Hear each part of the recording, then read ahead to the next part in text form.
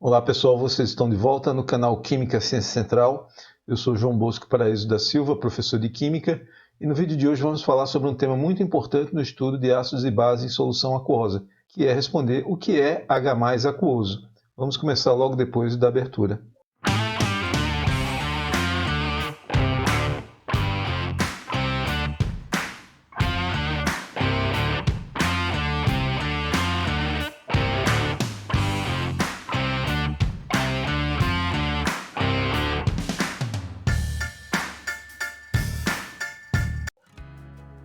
Quando a gente está estudando a reação de dissociação de um ácido, de acordo com a teoria de Lowry-Bronsted, o ácido é uma espécie que pode doar o íon hidrogênio, ou seja, H+.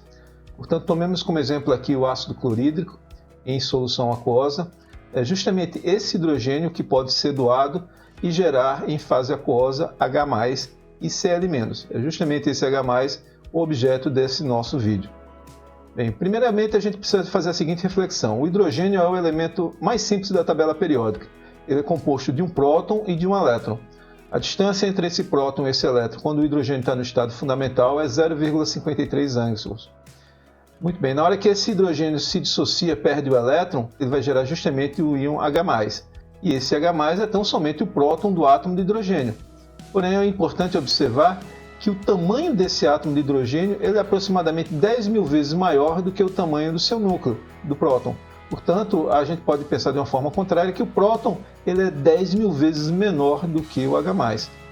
Logo, quando a gente pensa o que deve ser o H+ em água, é uma carga positiva numa região muito pequena, o que nos remete à ideia de que não é possível imaginar que esse H+ vá simplesmente viajar entre as moléculas de água, no máximo provocando suas reorientações. Esse H+ deve provavelmente interagir com esse par de elétrons. Portanto, se ele vai interagir com a molécula de água, a gente pode imaginar que esse próton vai junto com essa água, vai gerar uma espécie H3O+, em meio aquoso, chamado íon hidrônio, além do ânion Cl- também em fase aquosa.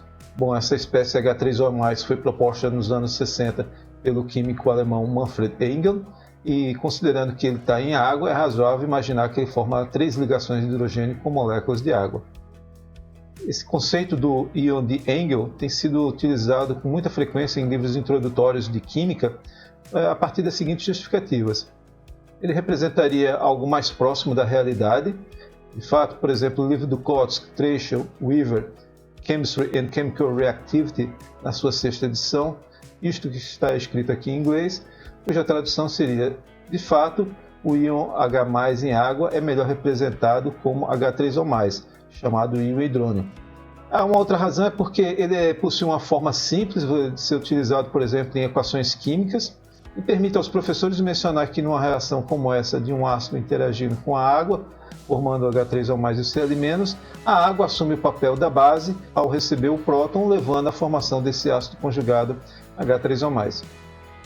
Bem, nos anos 70, uma outra proposta para o que é o H+ em solução aquosa foi proposta pelo químico também alemão Georg Zundel, em que ele propõe que o H+ em solução aquosa é como um complexo de coordenação onde a carga positiva está aqui no centro e as duas águas são os ligantes deste complexo.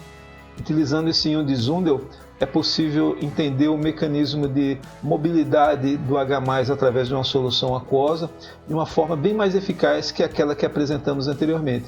Aqui neste caso, o par de elétrons de uma molécula de água ao atacar o H+ vai formar uma ligação química e agora esse hidrogênio aqui vai se desprender formando um íon de Zundel entre os pares de água adjacente. E novamente você pode ter esse mecanismo e aqui você observa uma transferência do H+ de uma forma bem mais simples, sem haver aquela necessidade de rearranjo das moléculas de água na medida que o H+ se desloca através do meio.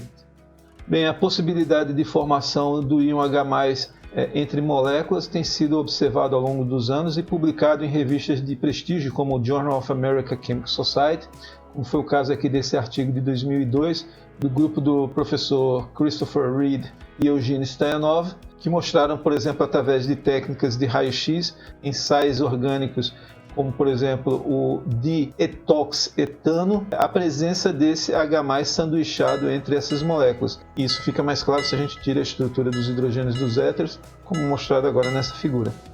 Em 2013, Um outro trabalho do professor Christopher Reid foi publicado nessa prestigiosa revista que é a Accounts of Chemical Research, inclusive tendo sido capa da revista, em que ele faz uma espécie de sumário de seus resultados mais preeminentes acerca da natureza do H+ em fase condensada. Ele destaca que, graças à colaboração com o professor Stoyanov, que foi o cara que fez a parte de espectroscopia de infravermelho desse sistema, foi possível chegar à conclusão sobre qual é o número de moléculas de água em torno do íon H+ em meio condensado. No caso da água, quando é o íon H+ aquoso, chegou-se à conclusão que você tem o H+ com 1, 2, 3, 4, 5, 6 moléculas de água. Portanto, a sua representação, na verdade, deveria ser H13O6+, ou se você quiser, o íon de Zundel com mais 4 moléculas de água no seu entorno.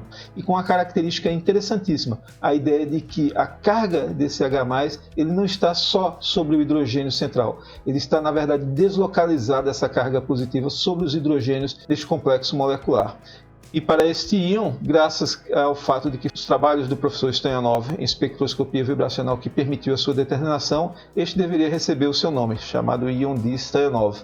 E também um detalhe muito importante que foi destacado nesse trabalho é que só faz sentido você representar o íon H+ em fase aquosa se também for colocado o contra-íon, ou seja, o ânion, representado aqui por essa esfera cinza mais escura, e que vai ter um conjunto de moléculas de água no seu entorno conectadas com aquela do íon H+.